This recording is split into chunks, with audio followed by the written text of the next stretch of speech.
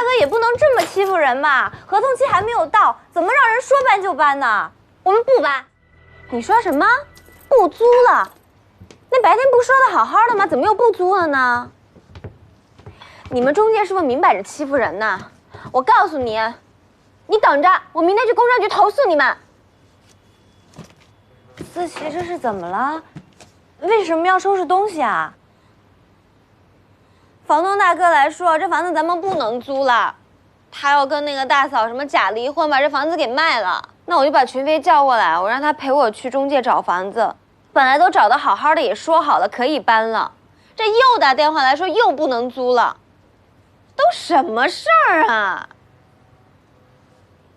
就以咱们俩这些预算，能搬哪儿去啊？郊区，要么就只能去跟人挤通铺了。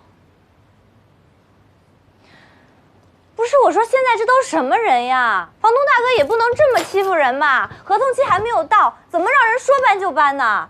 我们不搬，不搬。房产证上写的是人家的名字，人让你明天搬，你能留到后天啊？好了，思琪，你俩别着急了啊，让我想想办法。我还记得，我刚来上海上大学那会儿，我天真的以为，只要通过我自己的努力，我就可以在黄浦江边上买一幢大大的属于自己的 house。可是现在，竟然连想租一个属于自己的小窝，都成了奢望。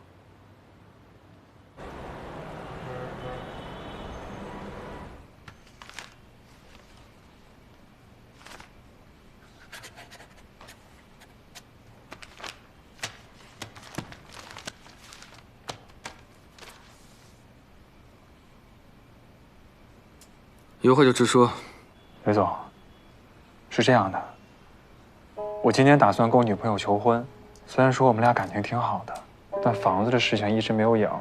他们家对这事儿意见也挺大的，而且眼看这个房子的价格越来越高了，我就想舔着脸问问您，咱们雨天的楼盘有没有员工内部价？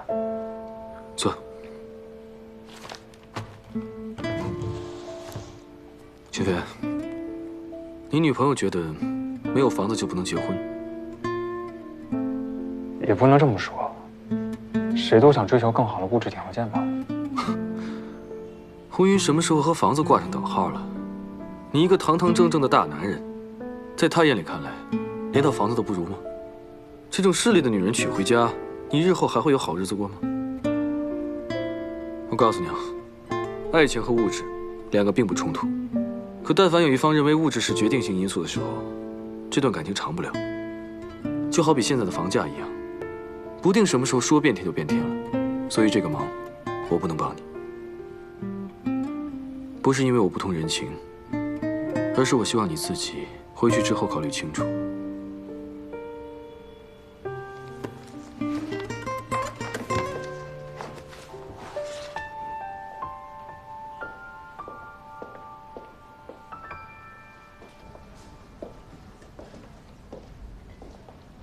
学妹，